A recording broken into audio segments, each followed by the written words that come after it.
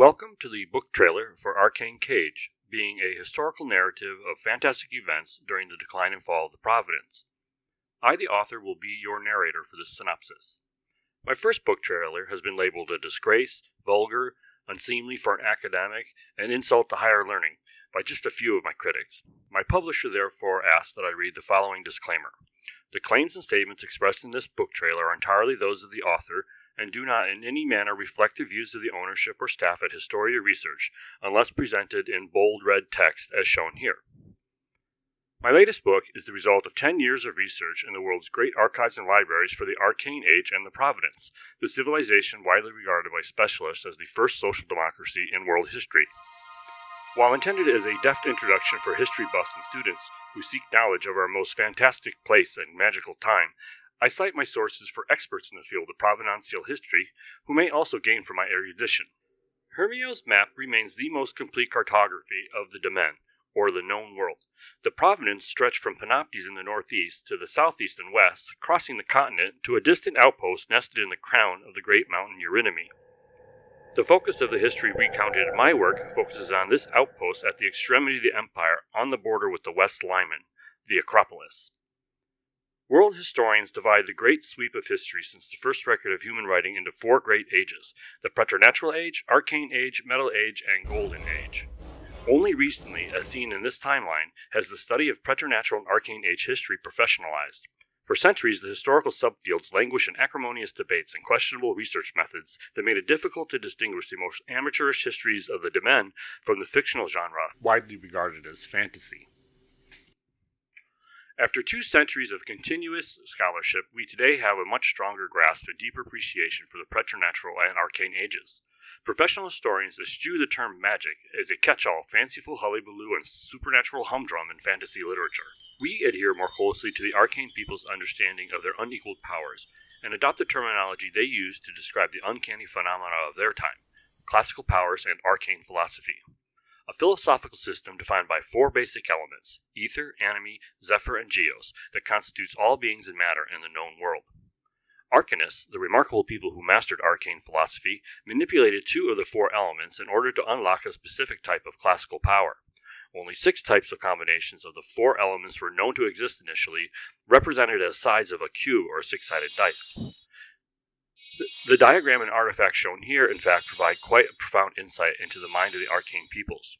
At the dawn of the civilization, they demonstrated a keen awareness for an abstract concept like complementarity and how combinations of the same elements may produce distinctly different natural phenomena. At the tail end of the preternatural age, the arcane peoples learned that they possessed 2 different faculties for combining the 4 elements: reason and passions. The faculty of reason combined the 4 elements to expound the arcane philosophies of wizards, clerics, druids, rangers, fighters, and paladins. The faculty of passions commingled 4 elements to conjure the arcane philosophies of sorcerers, bards, necromancers, barbarians, rogues, and daemonists.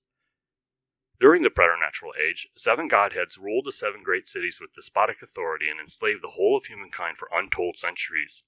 After the discovery of arcane philosophy, the godheads' grip on the labor of the downtrodden masses slackened until they were driven from the domain.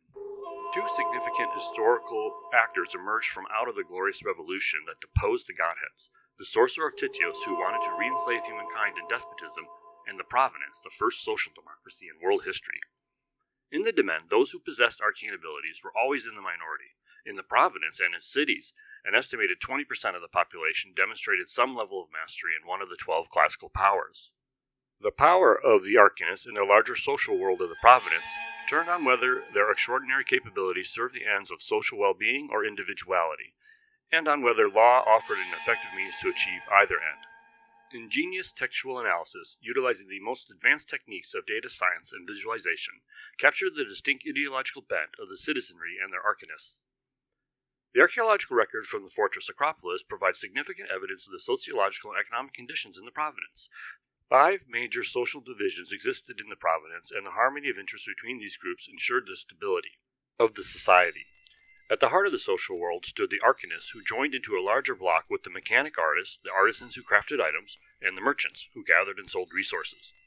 The dwarves of Pallene, who devised the city plan of the Acropolis, offer a glimpse into the egalitarian spirit that accorded commoners and the militia a similar stature to the middling ranks. Of course, great men and great women make history memorable. For reasons we still do not fully understand, the classical powers joined into relatively small parties known as sums, in the vernacular of the time, for a clear and dedicated purpose. Have no doubt that I aspire to tell an incredible tale that focuses on a small band of arcanists who joined forces to defend the Provenance at the Acropolis. A cleric, Sidra, her champion, Matna, a half-gnoll barbarian, an aloof scholar of the lineman Brijana, a hemifu druid, and Sidra's confidant, Kivan, a half-elf ranger, to name a few of the interesting characters who made history at the end of the Arcane Age. Sidra and her colleagues faced many dangerous foes, including Kolboloi, Orga, and Onkra, and uncovered a plot devised by the most powerful sorcerer of the time.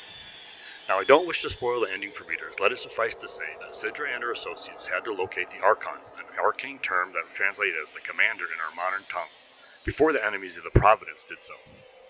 From excavations at the preternatural age site of the city of Titios, we moderns currently have the most complete record of events that led to the fall of the Provenance and the diabolical forces that ended the Arcane Age.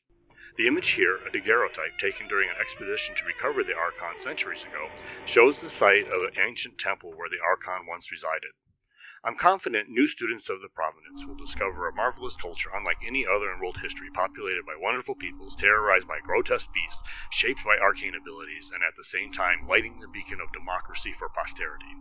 As well, my colleagues, the scholars of the Arcane Age who know the Provenance and the historical era ended soon after the events described in my work took place, will gain a much deeper appreciation of the unnerving circumstances unfolding at the Acropolis in the final years of the Arcane Age.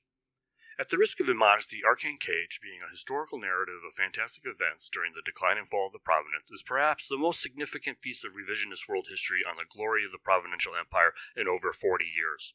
I expect my latest work to become a staple of freshman-level world history courses at American colleges and universities, but also remain accessible to lay readers and history buffs who seek nothing more than the edification and enjoyment from the knowledge of our ancestors who launched 1,000 civilizations in world history. Thank you for your time and interest.